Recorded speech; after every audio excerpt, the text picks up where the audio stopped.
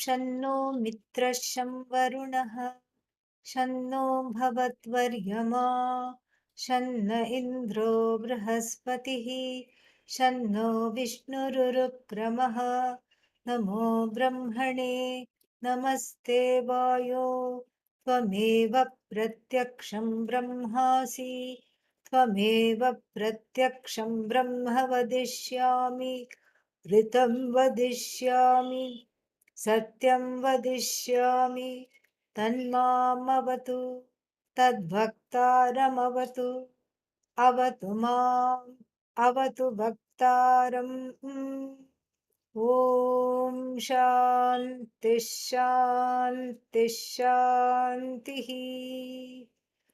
ॐ सहना भवतु सहनौ भुनक्तु सह वीर्यङ्करवावहै तेजस्विनावधीतमस्तु मा विद्विषावहै ॐ शान्ति शान्ति शान्तिः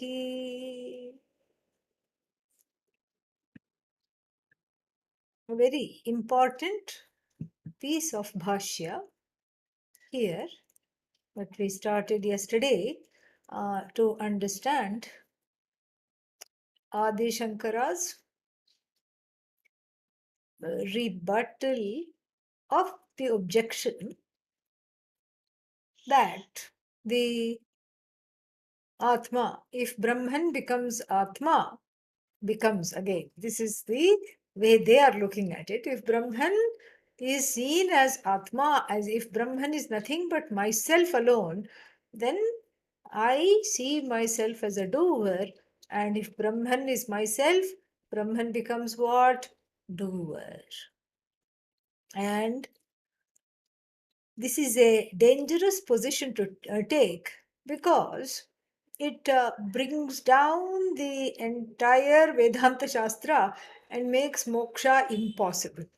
Because if Brahman is the doer, then how are you going to get freedom from doership? This is not at all possible.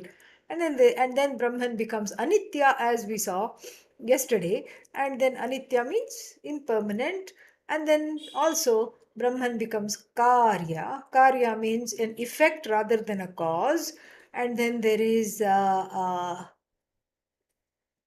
one more thing, Paratantriya. The third, the third accusation was that Brahman becomes subject to or at the mercy of various factors of action, doer, done in, instrument of doing, all these things.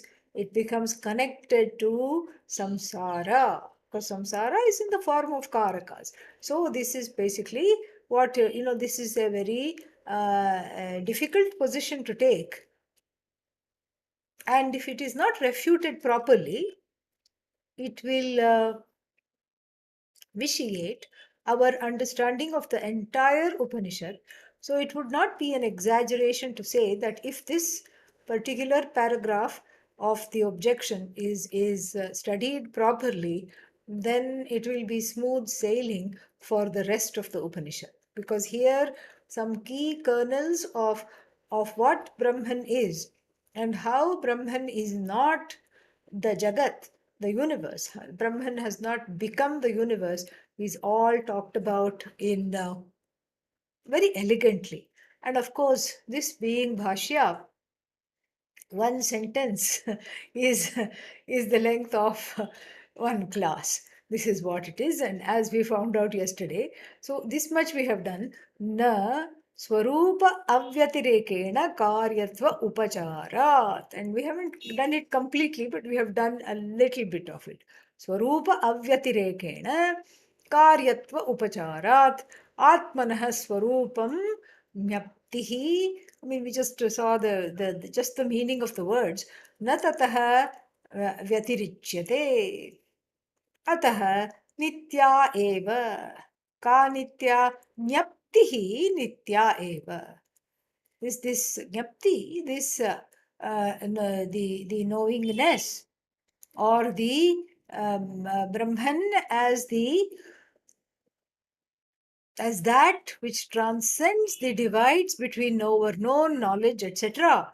That one is called Jnapti, and that Jnapti is limitless and does never come to an end. So this much kind of we have seen, but we still have a long way to go. Karyatva upacharat. Upachara here means mithya. But here, how he gets to this mithya is a very interesting process, and how he refutes these objections. We will see that in a little more detail. Okay, because then we get this, then we get a very solid understanding of the position of the Vedantin, and meaning our own position. This is where we have to end up. No matter what the ideas are, they have to be kept aside in order to understand this whole thing. And so, with these words, let us look further. What is this?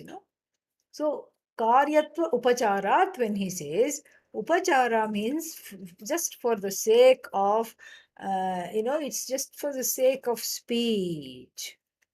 So that means what? It is lakshana. So it is a lakshana. The karya of Brahman, this is very easily forgotten. He is a lakshana of Brahman. Karya means what? Effect. What is the effect? The whole universe is the effect. And as though effect, we will see that upachara means as though. And as though effect. And this is lakshana of Brahman. Oh, how is this a lakshana of Brahman? Because we know Brahman as Jagat Karta, that which is the cause of the Jagat, a causeless cause. So we know Brahman as the cause of the Jagat, and so it is the Lakshana. It is not a Lakshana that we are yet used to because we haven't studied that yet, but it is nonetheless a Lakshana. We know this Lakshana, Swarupa Lakshana, which we are studying. Swarupa Lakshana simply means the nature of Brahman, that which it cannot be without. Like fire cannot be without heat. There is no such thing as a cold fire. And then, so fire cannot be without heat, and Brahman cannot be without Jnanam, Satyam, Ananta. That which is, those which are as though intrinsic to Brahman, this we are studying and we have internalized a little bit. And so this is what is called Swarupa Lakshana. It is still Lakshana because it is they are not attributes, and so they indicate Brahman, and Brahman being you in the form of the self-effulgent Atma, in the form of the self-evident I. It doesn't need to be explained. If you just point, it's enough. And that's why we have Dakshinamurti doing this Vedantic sign language. That is the pointing. That is Lakshana Vakya. It is indicating to show that no matter how many words we use, it's not the direct meaning of the words, but the indirect meaning of the words. That is the Lakshana. And also, as we will see today, it's not even the meaning of the words, but what happens inside your head when those meanings are lit up. That is Atmajnana. And this is all what he's trying to say here. Then, one more thing.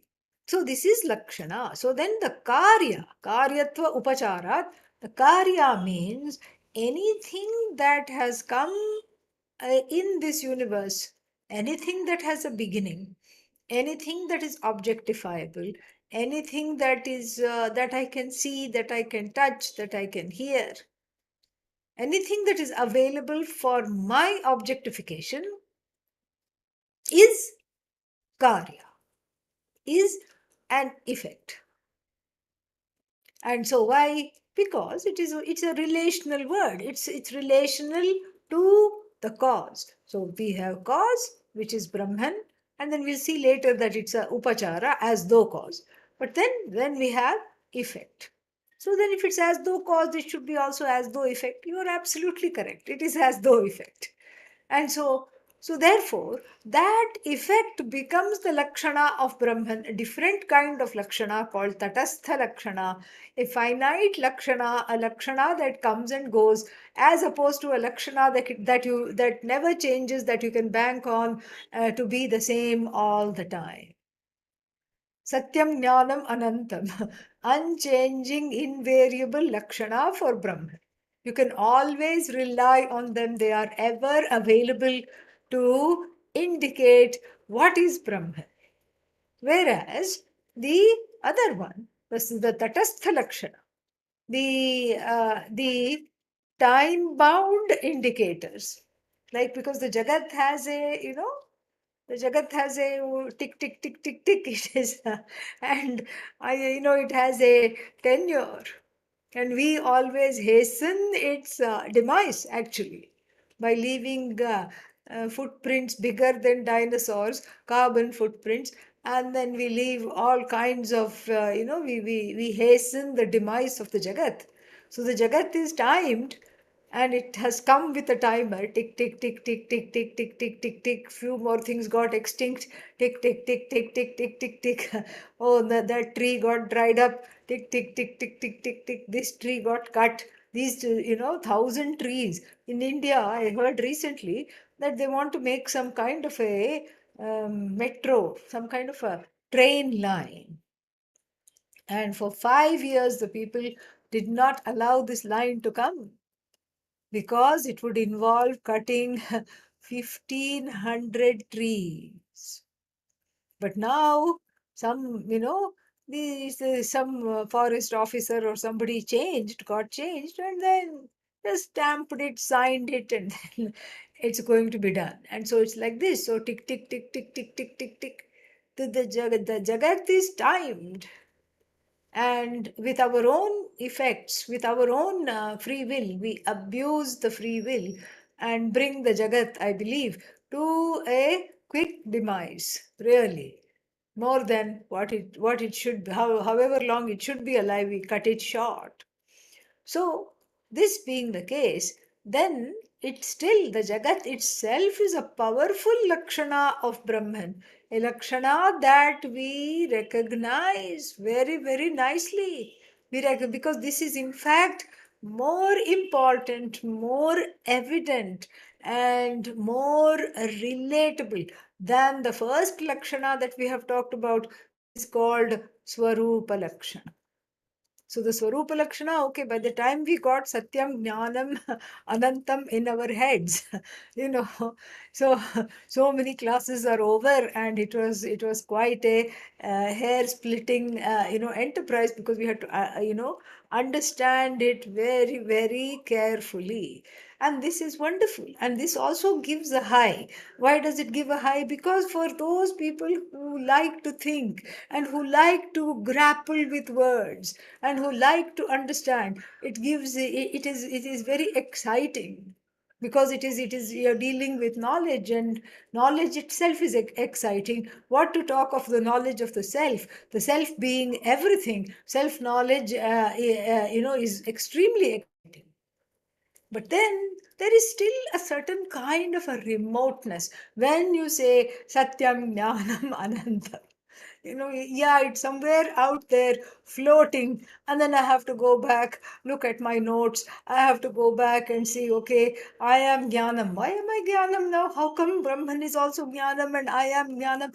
Oh, awareness. Okay, consciousness. Awareness is consciousness, and I am nothing but awareness. That itself is a stretch, because as you're saying this, you have terrible back pain. Okay, so it's very difficult to say I have nothing but awareness. And so the first Swarupa Lakshana, even though it is highly regarded as a very reliable and ever present definition or indicator of Brahman, through the words Satyam, that which exists, and that which is self-aware, and all-knowing, self-aware, and which is in the form of knowingness. It is aware of itself, it is aware of everything else. And then this existence and awareness, consciousness are unendingly there. They Ananta. So Satyam Jnanam Anantam, this is what, even though it is accessible, and even though we are studying this, and we are part of this, and even though it is a very reliable, ever present Lakshana of Brahman, the Tatastha Lakshana is an equally important indicator of Brahman, and in a way much more accessible, tangible, because Tatastha Lakshana means Jagat. Jagat I know because I grapple with it every day, I deal with it every day. It disappoints me every day, it excites me every day, and it just dangles a carrot, every other day. And does it do the rest of the night? It dangles a stick. Between a carrot and a stick, somehow the life is led. you know. And so the Jagat, the world, the universe, I know. And then, so the universe itself, when I see it, and this is where the Bhashyakara is heading. That's why this part is so brilliant and so subtle, and it takes a while to appreciate the nuances, and really connect with them, and let these nuances transform us. It takes a while to get into that. But that is where we need to go. Because he says karyatva upachara.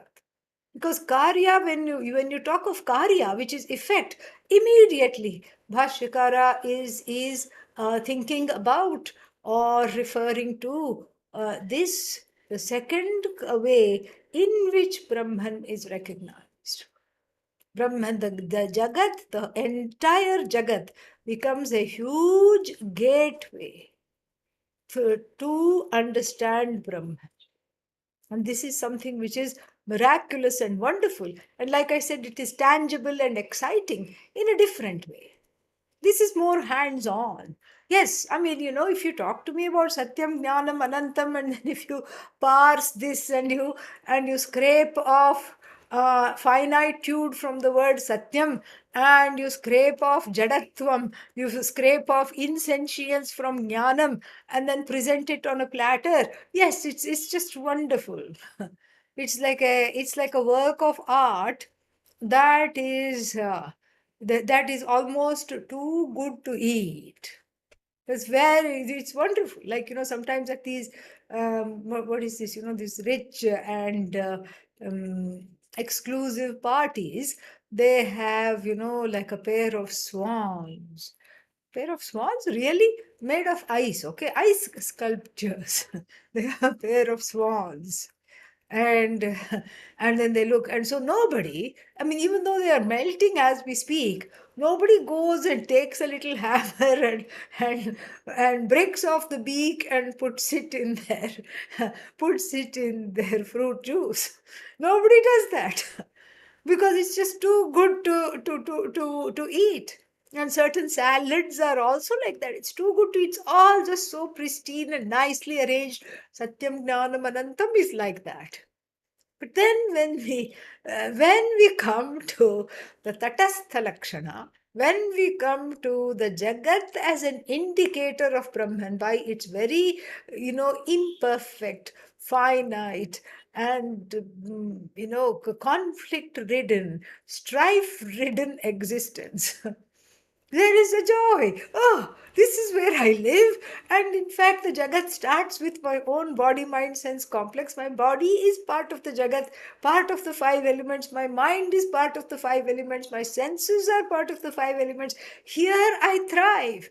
Who is this I? The one that is associated with the aforementioned body, mind, sense complex, of course.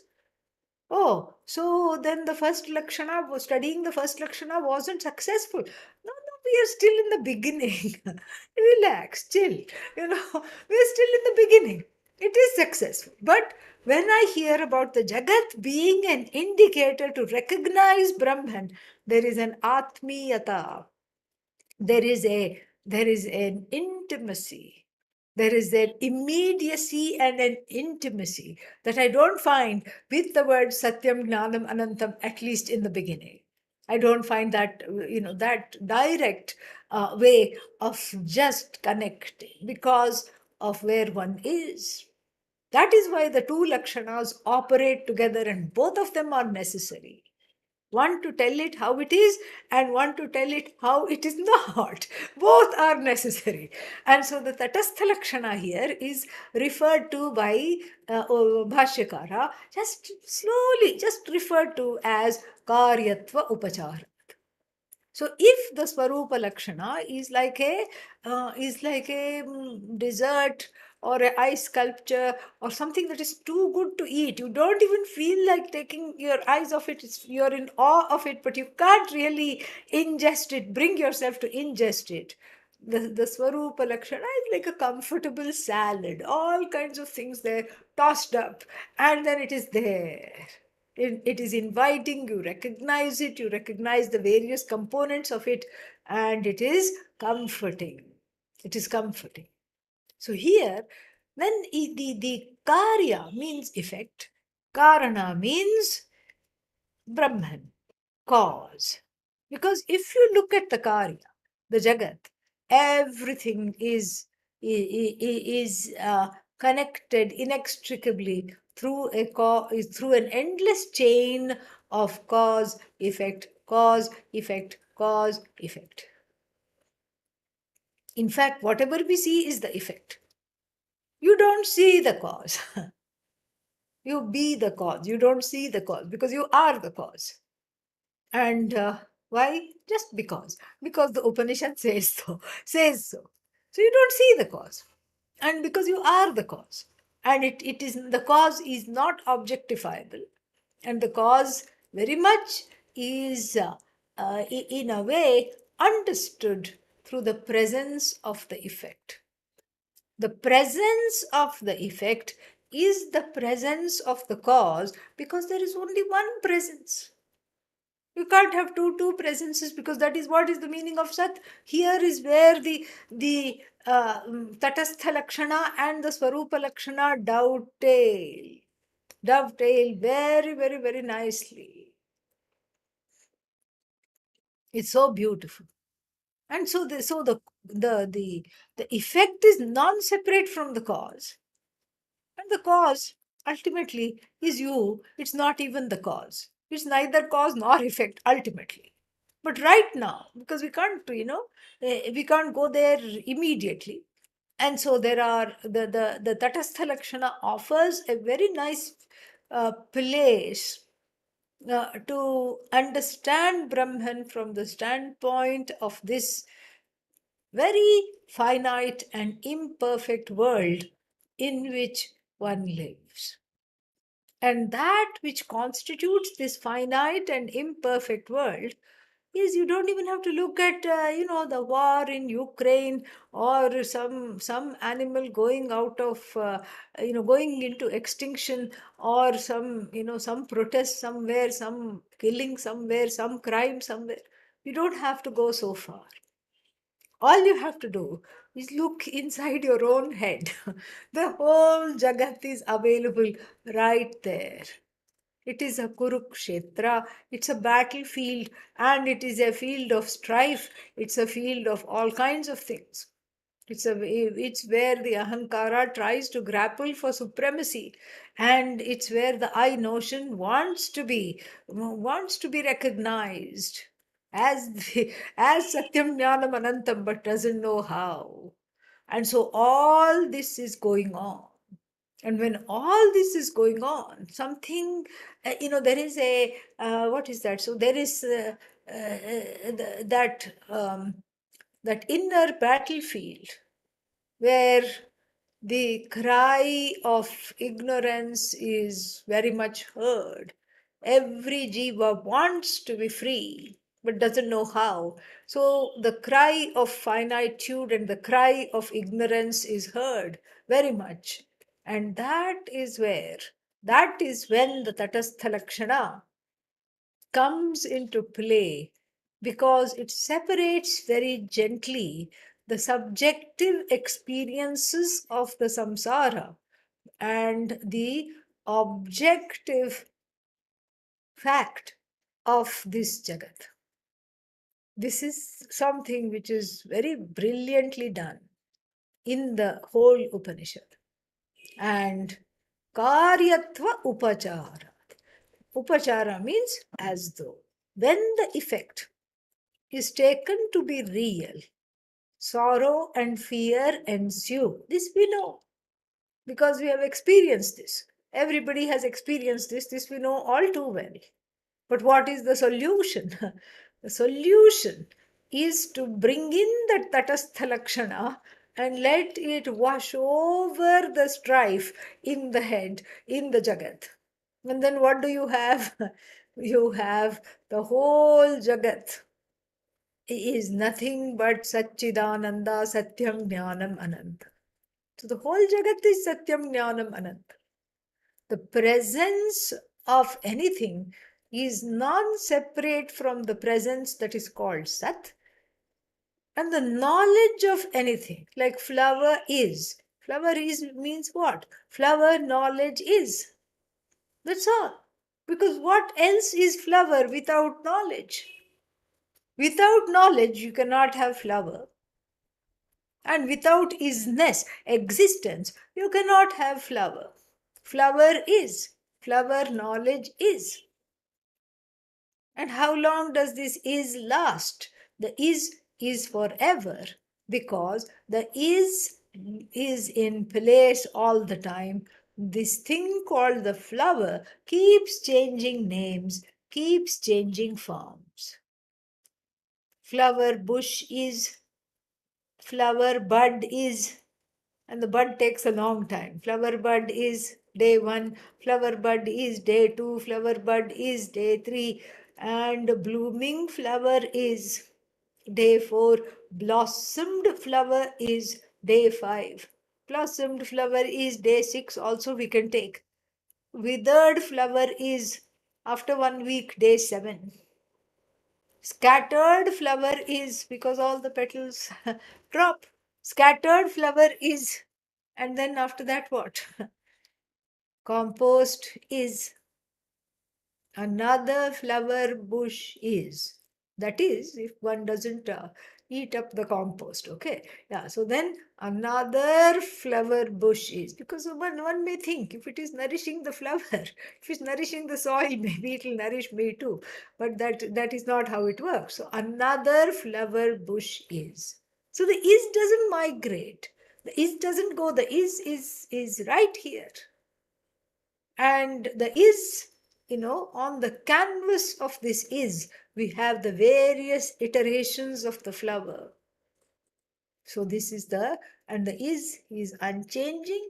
The is there. The is Brahman. The is Sat. And that Sat is you. Because if you what is the first letter of is? I. And flower is again inextricable from knowledge. Without knowledge, you cannot have flower. And you may say, I don't know anything about this flower, but that's different. That means there is still some things to know. What is its genus? What is its species? What is its name? How does it behave? Oh, I've never seen this flower. What is this? Carnation. Actually, it's an incarnation. It's not a carnation. It's an incarnation of Satchidananda. It's an incarnation of Brahman. This is how we look at every single thing in the Jagat. The whole Jagat is immediately Brahmanized. Oh, until I looked at it, it wasn't Brahmanized. Yeah, no, it was. But the thing is, for you now, it is Brahmanized very specifically. And so this is something which is fascinating. And so then what? Then it is easier, much easier to assimilate the Swarupa Lakshana when it is given along with the Tatastha Lakshana. When they are served together, it is easy to ingest, it is easy to taste, it is easy to assimilate. And then it is easy also to connect to why is it that I'm studying this? And the reason being, I want to not get affected by the things, objects, people, events, circumstances, etc., etc. in the Jagat. I don't want to, I don't want to get disappointed. I don't want to have a dependency on these things. And I don't want to get um, angry, upset. I want to be Asanga. Guess what? The Atma is Asanga. The Atma that is being talked about here is Asanga. Even though, and this is why Karyatva Upachara matters here. It really, really matters. The word Upachara as though really matters, because even though we say everything is Brahman and Brahman is the cause of the universe, the cause is not affected by the effect. The effect is non-separate from the cause. That's why. But the cause is not the effect. The cause did not become the effect. Cause is cause, effect is cause. A very strange kind of a situation, but that's how it is. And if we just look at it, look at anything, in the Jagat. You take, you take fabric and shirt. Shirt is effect, fabric is cause. And in relation to fabric, yarn is cause, fabric becomes effect. And then what? And then what's the point of this? The point of this is that effect is effect. The cause has not become the effect. And same thing with clay and pot. Clay has not become the pot. Clay is clay and pot is pot. No, pot is clay. Clay is clay. A very interesting kind of logic to help ourselves to understand this. Pot is clay, no doubt. That is evident. Fabric is fabric. Shirt is nothing but fabric. Fabric has not become the shirt. Fabric is fabric. Let's say there's yards and yards in the shop. You buy 2 yards and make a shirt. Fabric is fabric. Shirt is nothing but fabric. Shirt does not have an existence outside of this fabric. What if I make a shirt out of newspaper? That is the fabric of the shirt. Newspaper and raincoat kind of shirt with plastic, etc. It still, that is the fabric of the shirt. It is dependent on something.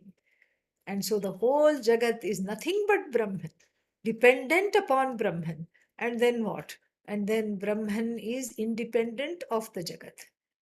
And when we say Brahman is Atma, I too am independent of the Jagat.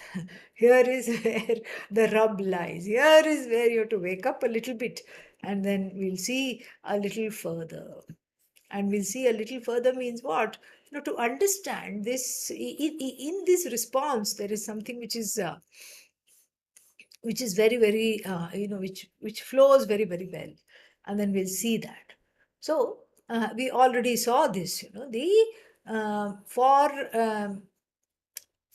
the for Atma, for there is no kartritvam. That is the contention that is being that Atma is the doer is being refuted. So then the first he says that Atma means jnapti. Jnapti means awareness. I am aware of myself. That is jnapti. Everything becomes aware. I am aware of everything because everything becomes evident to this awareness. It becomes an object of this awareness, and the awareness does not resolve into anything else. So this is what is jnapti. And jnapti is also a lakshana because that is what it is jnanam. It is also a lakshana of Brahman. If it is, if if jnapti is an action, then it would need all the other karakas, and those karakas are already denied for Brahman. It is not there. We saw that yesterday. And so it is Chaitanya alone, consciousness alone. So if it is other than one Swarupa, Swarupa avyatireke sati karyatvam, you know. If it is other than Swarupa, then then we can say, if it is other than one's nature, then you can say, okay, there is a Karya. But here it is not other than one's Swarupa. It is not Vyatireka, it is Avyatireka. And so what does the Karyatvam become? What does the so-called effect becomes? Upachara. And this upachara is best understood by the various changes that take place in the head, even as we study this. As we study this, the comprehension in the head takes on a form, and that form is called vritti. It takes on the form of a thought. It takes on the form of a thought, and that is what is called vritti. And this is how the knowledge of Brahman, the knowledge that is Brahman, is shared, is disseminated, is talked about. This is how it is done. And so this is the vritti. And what is this vritti? Vritti is an upadhi. Very important. Vritti means the thought process. The thought process by which something is understood in the head is an upadhi. Upadhi, of course, when we read in English, it is it is what is that? It is translated as what is that called? Limited Adjunct. adjunct. Yeah, adjunct. Limited adjunct. Now, when I read that, I don't understand anything. Better to use the Sanskrit. Upa samipe sthitva swadharmam adatte. So, something that lends its attributes to something else, that is what is called, by being near it, is called upadhi. That is what is called upadhi. And of course, the stock example is the sphatika crystal, along with a flower japa kusumam. Japa means the hibiscus. So the red hibiscus flower, although these days it comes in many colors, but the traditional color was red.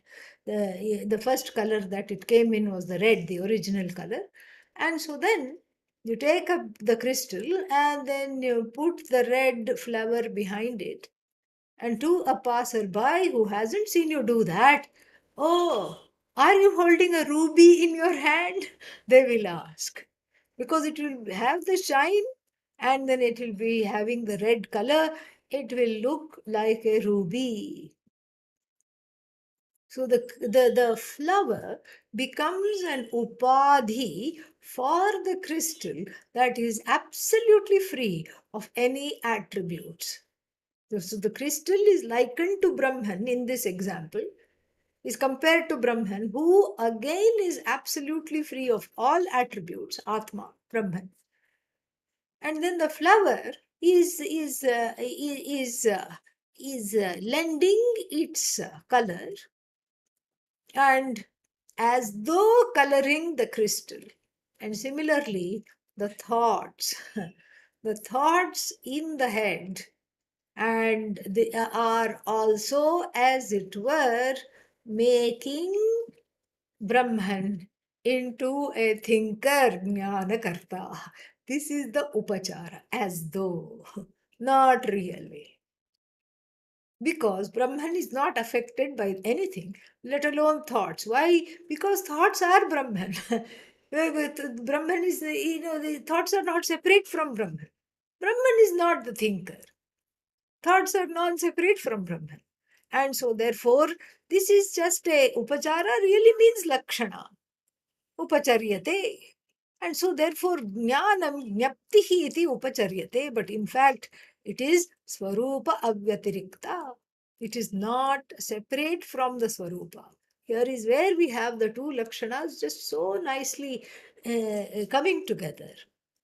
And so that which is in the form of vritti, a thought, keeps on changing indefinitely, keeps on changing all the time.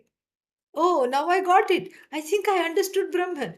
Oh, I didn't get it. Now I got it. I think I got it. No, I didn't get it. These are all the vrittis. Therefore, it is this jnapti is, you can say, if you say jnapti is vrityatmakam, this knowledge is in the form of thoughts. Because how else will you know something? Whenever you know something, it is in the form of thoughts only. So if you say jnapti is vrityatmakam, this is only upachara. This is just, it is not really vrityatmaka. It is this jnapti, this bhava sadhana, or this knowingness, this consciousness is not in the form of thoughts. It's not the thinker. It's not the means of knowledge. It's not the knower. But still, if you say it is vrityatmakam, it is in the form of thoughts, then that is something to think about, because it is upachara. It is as though. It is as though in the form of thoughts, not really in the form of thoughts. And so, therefore, what? Therefore, this is, this has to be understood. And the because the Atma is consciousness alone. Sakshi Cheta Kevalo Nirgunascha. Cheta means in whose presence everything becomes active without it changing its nature. And because it is Kevalha means it's the only thing there is. Kevalo Nirgunascha means it is attribute free. If it is attribute free, it does not lend itself to being the actor or the acted upon or the means or instrument of action. And so it is attribute free, therefore it cannot be jnana kartru. It is consciousness, which is the nature of Atma. And what Adi Shankara points out in this portion is that the Atma does not have an attribute called consciousness. So Atma has a few complexes and then it has an attribute called consciousness. No. Consciousness is Atma. Consciousness is Atma. Like, for example, when you see something, sight consciousness is there. Meaning, sight is there because consciousness is there. Sight is upachara, consciousness is satyam. That is what it is. That consciousness is Atma. And therefore, when I say sight is Atma, that means what? The sight becomes the Lakshana for the Atma. Tatastha Lakshana. Please understand, this is what we have been talking about till now. The sight becomes the Lakshana for Atma. And so therefore, this is basically what we, this is what we say. Otherwise, how are we going to describe consciousness? We can't really describe consciousness. What is consciousness? Chaitanya. What is Chaitanya? Consciousness. We'll just be going into circles. And so, therefore, what? So, if I say, you are seeing this flower right now. Yes. And that is consciousness. So, that is consciousness? Yes, that is consciousness. Sight is consciousness. What about hearing? That too is consciousness. What about smelling something? That too is consciousness. Tasting? Yes, check. And then thinking? That too is consciousness. What about non thinking? Non thinking is also consciousness. Absence of thought is consciousness. What about doubting? Consciousness. What about sleeping, eating, dreaming? Consciousness. What about knowing, inferring, coming to certain conclusions? All of them are just consciousness, consciousness, consciousness, because this consciousness is self revealing all the time. There is no place to hide it, there is no place to put it. You can't hide this. It is unlike everything else. And everything, including the thoughts, become a lakshana to point out that consciousness, because consciousness doesn't require any other explanation, or it need not be objectified. First of all, it cannot be objectified. But before you lament the thought, I will immediately point out that you need not say, oh, so sad, it cannot be objectified. It need not be objectified because it is you. And so, therefore, it is so karyatva upachara. Karyatva means this vritti. Vritti means everything, the whole jagat that enters the head in the form of a series of thoughts. That's why we take up the analysis of this thought. So, sight consciousness is Satyam Jnanam Anantam. Sight is consciousness, hearing is consciousness, thinking is consciousness, non thinking consciousness, doubting consciousness, everything is consciousness. And so, therefore, this, kartritvam is upachara. It's an as though superimposition upon this jnapti, which is free of all attributes. It is a dharma. It's an attribute belonging to the upadhi. It is not a dharma or the attribute belonging to the atma. It is upadhi dharma alone, meaning it's the attribute of the upadhi. And so, therefore, this the dharma is upachara. And then, so now, therefore, he concludes, ataha nitya eva jnaptihi. Atmanah swarupam jnaptihi, and that is nitya eva. The nature of the I is just consciousness. And then that is that is non-separate. That consciousness is not an attribute of the Atma. It is non-separate from, it is Atma alone. It is non-separate from Atma. It is not other than the Atma. It's not Atma having a Visheshana, an adjective called consciousness, or an attribute called consciousness. Atma is consciousness. And so, therefore, what? And so, therefore, this, if this is understood, and so everything else, the thinker, thought, seer, seen, all this becomes upachara. All kind of activities in the buddhi also become upachara. And therefore he says, na tataha vyatirichyate. It does not, it is not separate. Tataha means atmanah sakashat. From the atma, it does not waver. It does not stand aside as a cherry on top of the icing of the cake. No, it is the Atma. It is not, it is the nature of the Atma. Therefore, ataha nitya eva, meaning it doesn't undergo any change. And so, therefore, what? So, therefore, because it doesn't undergo any change, it is nitya. And what about when I have a sad thought? I undergo a change. I become sad, as though. What becomes sad? Ahankara becomes sad. Maybe the sadness is witnessed in the mind. So the mind associates with that thought, identifies with the thought, brings down the ahankara also with it. And so the ahankara becomes sad, if you say. But here there is samsarga abhava. There is no, this kind of an identification, a misidentification is not there.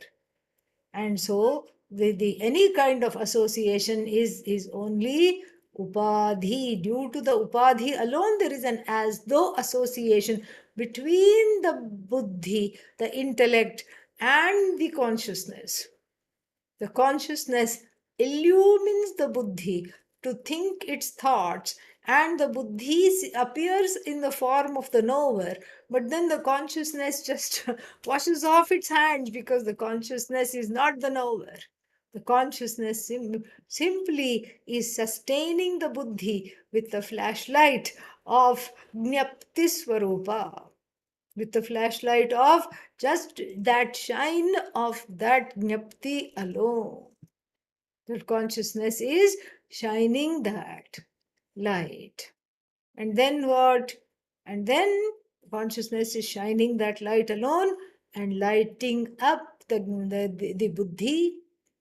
And then the buddhi undergoes change. Now thinker, now non-thinker, now the one who doesn't comprehend, now the one who has a tantrum, now the one who is sad, now the one who is angry.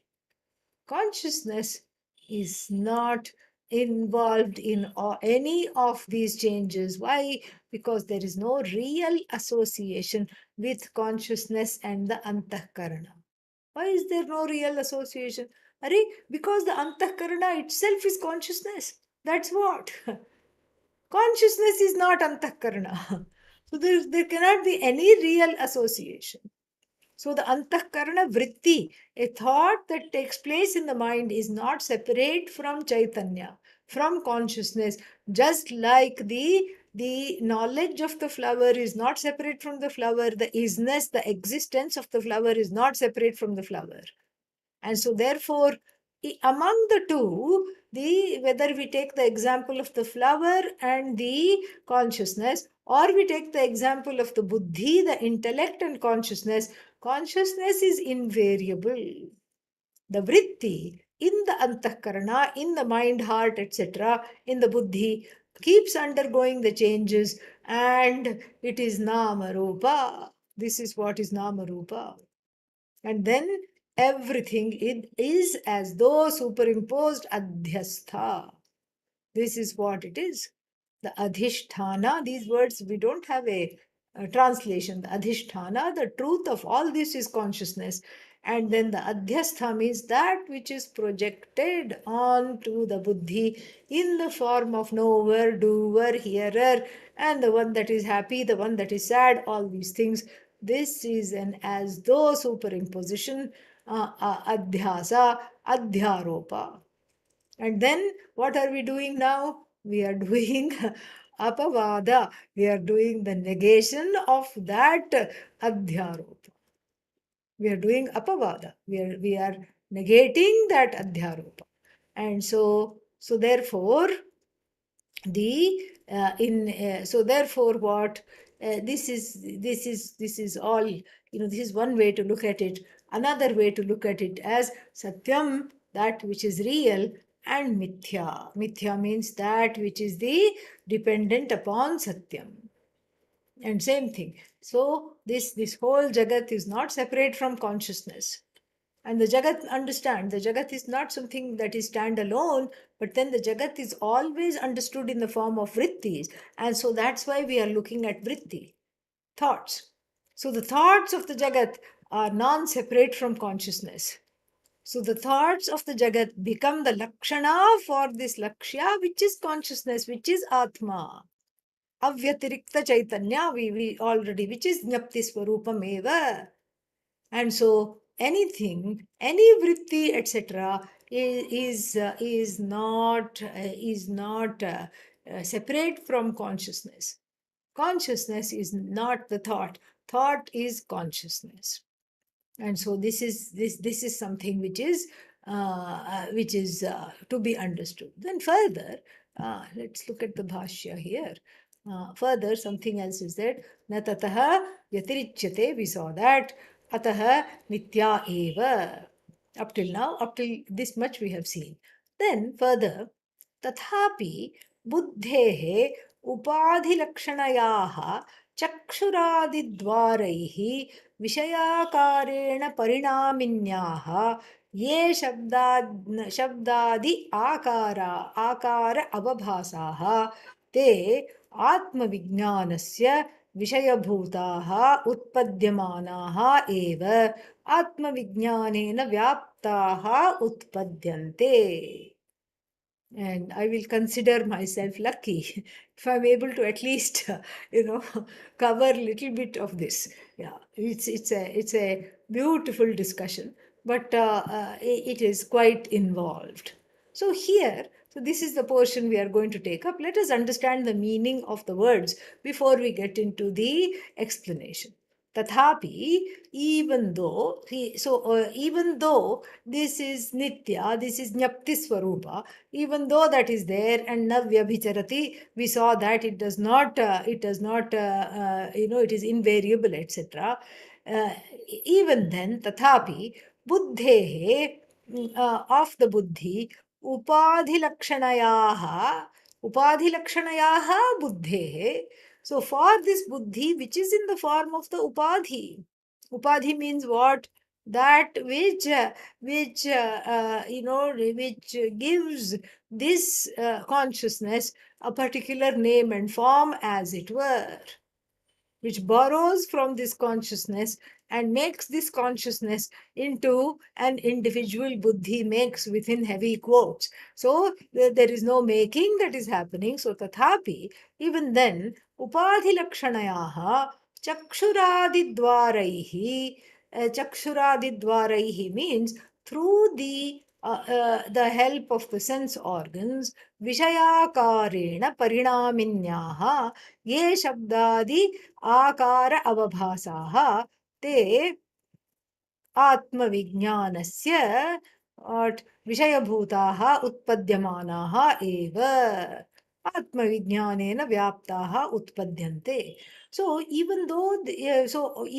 this is just Jnapti Swarupa, Atma is Jnapti Swarupa, still what happens? Upadhi Lakshanayaha Buddhe, for this buddhi to become active, it needs certain helpers. What are they? The sense organs. Otherwise, the buddhi cannot have any thoughts. It works the intellect works in tandem with the sense organs. Buddhi means antakarna, vritti. So the vritti means thought. So how can you have a thought if you are not really looking at anything, or if you are not doing anything? You can have thought if the sense organs are engaged, or if the memory is engaged.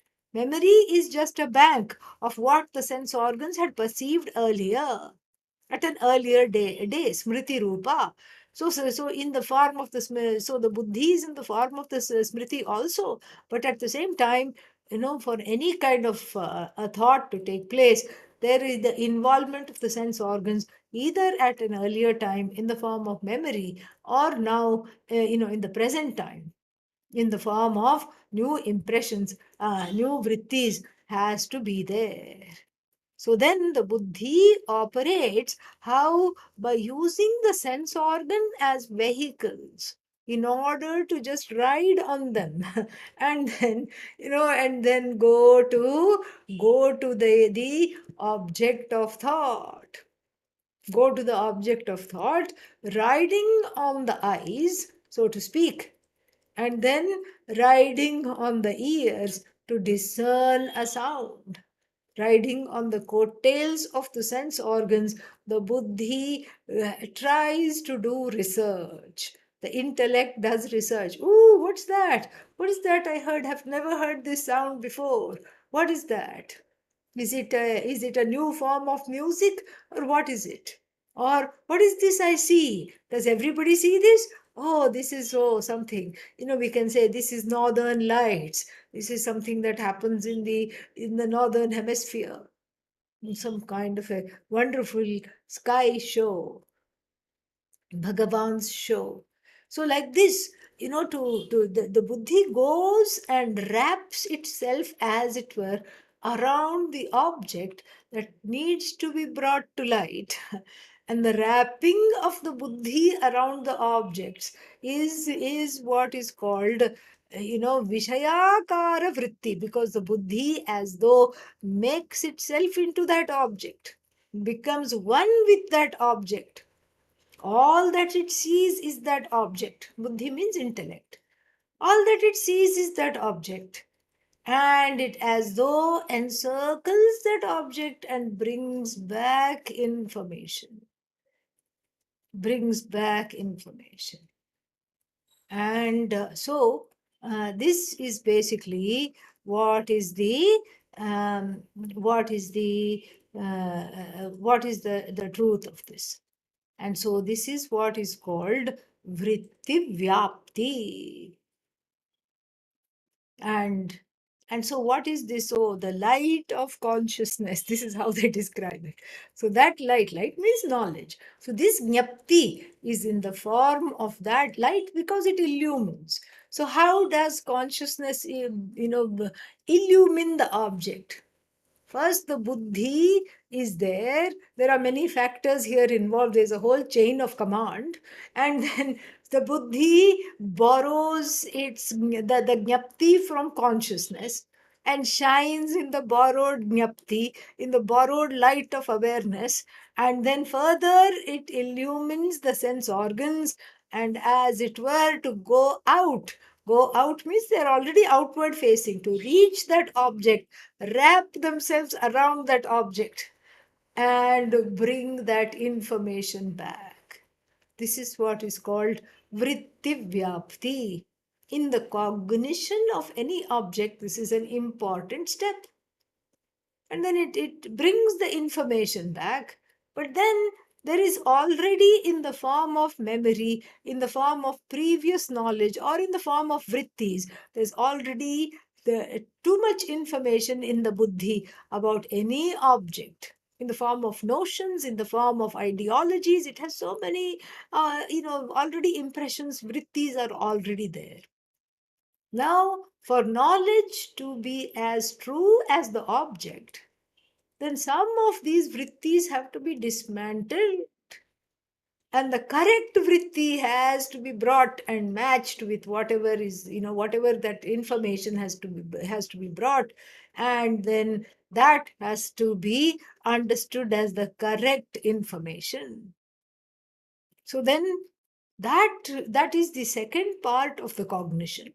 So the first part is the sense organs bringing back information about the object by, as it were, identifying with that object, completely wrapping themselves around that object, bringing the information back. That is part one, called the technical term is vritti vyapti. Here also he uses the word vyapti. And then the ensuing cognition that takes place, this is a pot, this is a flower, etc. It's not really cognition, it is recognition.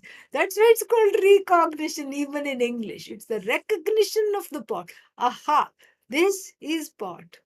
First there is a pot thought, and then the so to know the pot at hand, the sight, etc.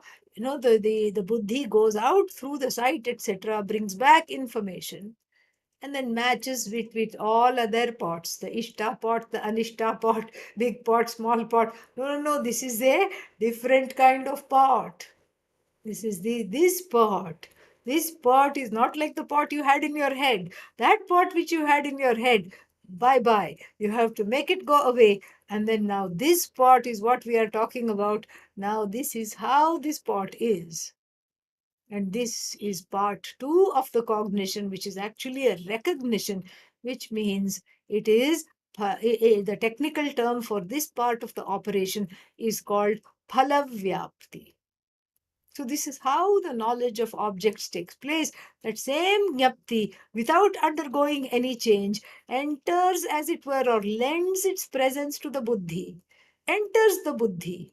Pravesha takes place. Pravesha has already taken place. The entry has already taken place when the whole cosmos was created. We saw that. Tadeva anupravishat. So the jnapti is present in the buddhi as the buddhi. The buddhi is non-separate from the jnapti. And the buddhi slash jnapti goes out with the help of the sense organs and brings back information about whatever needs to be cognized.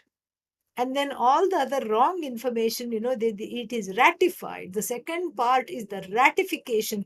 Aha, this is an object and its name is pot. So the Nama Rupa ratification is called Phalavyapti. Now, what about when I know Brahman? Same thing happens. There is only part one. Part two is not there. There's only cognition. Same thing happens. The vritti goes out through the ears this time, because it's all based on Shravanam. So the Buddhi Vritti, in the form of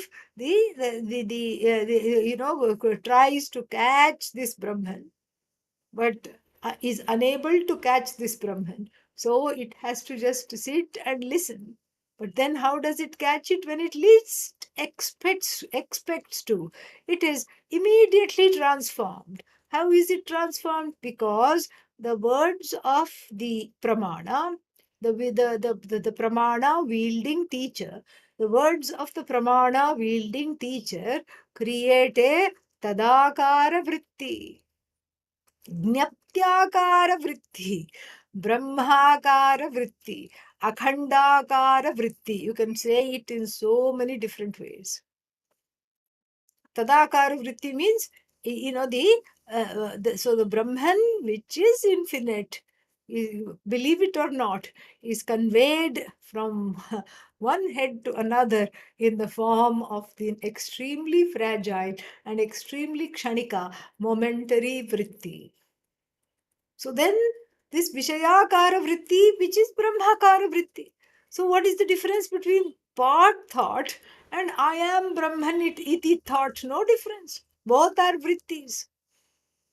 But the difference, there is only one difference, which is I am Brahman. There is a Akhandakara vritti is created. A vritti of oneness is created when the teacher says you are Brahman Tattvamasi. The oneness vritti goes and sits in the buddhi and is immediately recognized as I.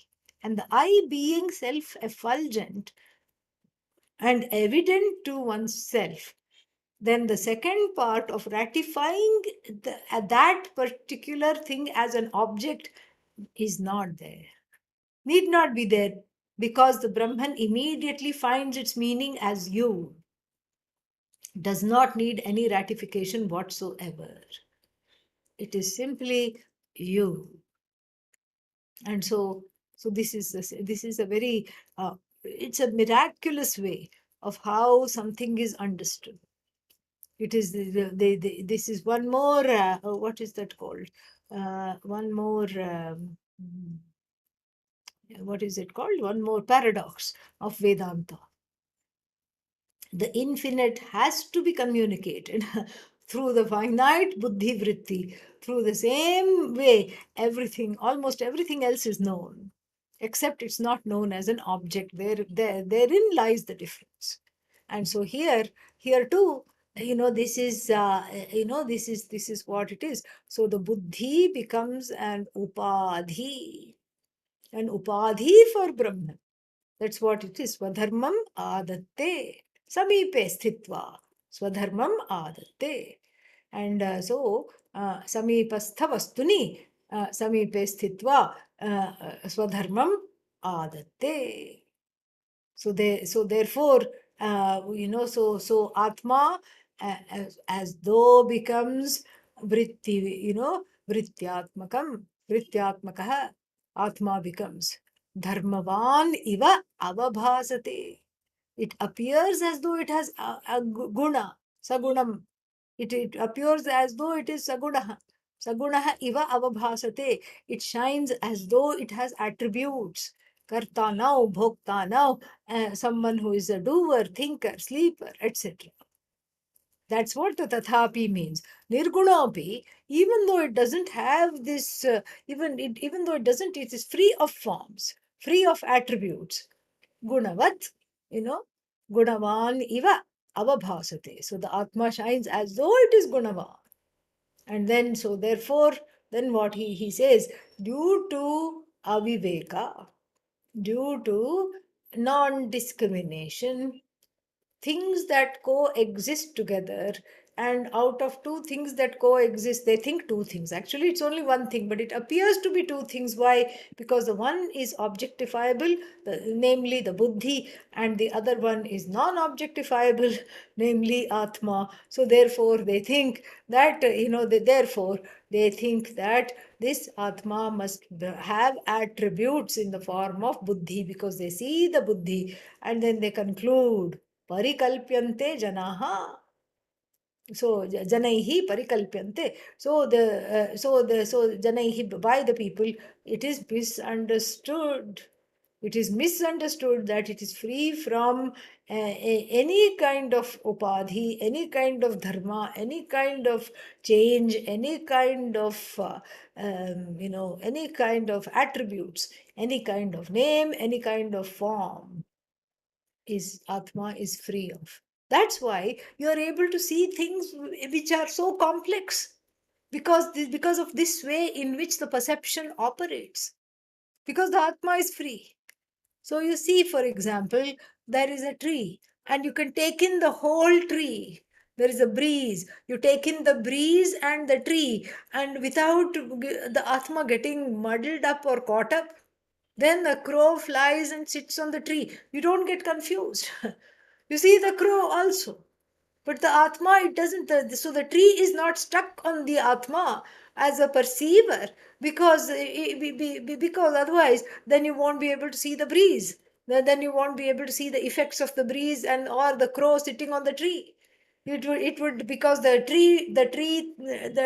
tree nest would stick onto the eye, and therefore this is the reason, because it comes and goes, comes and goes, comes and goes. That's why you're able to see things distinctly. This itself is proof enough to show that Atma is absolutely asanga, no involvement. It has no dharma for itself, no involvement with any other upadhi. And so then the next thing is this: the upadhi or is not a parallel reality to dharma. Please don't say that. That is another problem. Now we have two things: one is atma, another is upadhi. No, upadhi also is mithya. That's why the discussion of satyam and mithya and this upadhi has to go together. Upadhi and atma have to go together. Upadhi is mithya, means it is dependent upon the atma. In the example of the crystal and the hibiscus belongs to the same order of reality as the crystal, not so in the exemplified. That's why all examples are always extremely finite. Extremely finite. You will not, it is very, very difficult to bring this out in the form of an example at all. It's very, very difficult. And so the examples are very finite, very limited. So don't think that the upadhi is, enjoys the same order of reality. Upadhi is dependent upon Atma. That is why we say Akasha Sambhutah, Akashad Vayu, etc., etc. And then, this Atma is inhering throughout all these various aspects of creation. And then this is just magnificent. And so it is this it is all atma is every single thing that you can think of is atma is not any one thing. This is what it is. And so therefore the separations of the upadhi called jnata, jnana, jneya is all just one. It's all one. And so therefore what this this chaitanyena vyaptam sarvam idam sarvam, this whole jagat is pervaded by consciousness. Mithya bhutam jagat, this jagat which is a dependent reality is pervaded by consciousness. And then therefore upadhi is mithya. Upadhi is, this is what we call srishti. Ishvara srishti is in the form of various upadhis that have those dharmas, and then that's what is, that is what it is. And it is, but the consciousness is free of all the upadhis. That is, that is what it is. So then how to understand this consciousness? We can understand it from three standpoints. I thought there was only one consciousness. Yes, yes, yes. There's only one consciousness, but it helps to understand it from three standpoints. So we can say that this Chaitanya, this consciousness is upahita, endowed with upadhi. And we already said buddhi is one of the lakshanas of the Atma. Buddhi is an upadhi for the Atma, etc. And then what? And so we can, and vritti is another upadhi. And then so we saw all that. But then we can understand it in the form of the, prameya upahita chaitanya, a consciousness that is, that is, that has taken the form of, as it were, okay, as though taken the form of that which is to be known, the object of knowledge. Pramana upahita chaitanya, a consciousness that is blessing the pramana, the means of knowledge that is operated by the buddhi. Pramatra upahita chaitanya, a consciousness that is endowed with, as though being the knower, knowerness, knowerhood, without being the knower. So this pramana, pramatra, prameya, all knower, known, and means of knowing are all mithya. All that is there is consciousness that has as though taken that form to illumine that particular aspect of knowing or knower, etc., without becoming any one of them. More we'll see next time. The question is, when is the next time? Let me look at the calendar and then I'll tell you the date. I have some travel coming up, so let's see.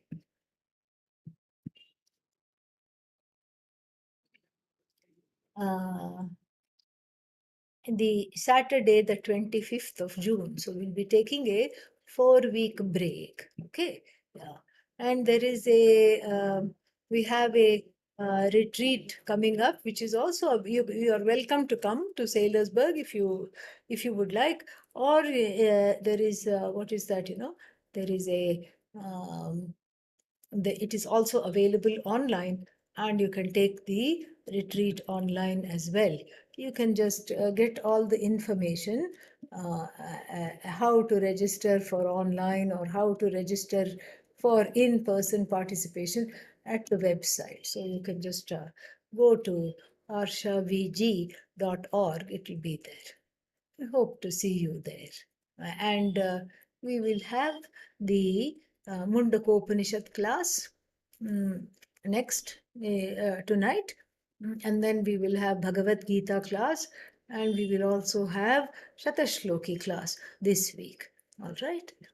ॐ पूर्णमदः पूर्णमिदं पूर्णात् पूर्णमुदच्यते पूर्णस्य पूर्णमादाय पूर्णमेवावशिष्यते ॐ शान्तिः शान्तिः शान्तिः हरिः ॐ श्रीगुरुभ्यो नमः हरिः ॐ Janani, if you have that flyer which I sent for distribution, if you can do that.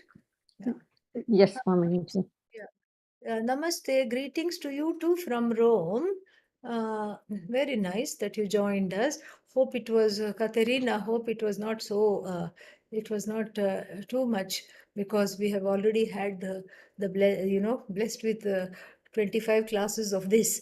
And so you hung in there. I'm happy about that. That's good. Yeah, so if you can share that, Janani, there, thank you so much. Yeah, thank you so much. Take care. All the best. So you can download this, it is in the chat box, and then you can get all the information. Om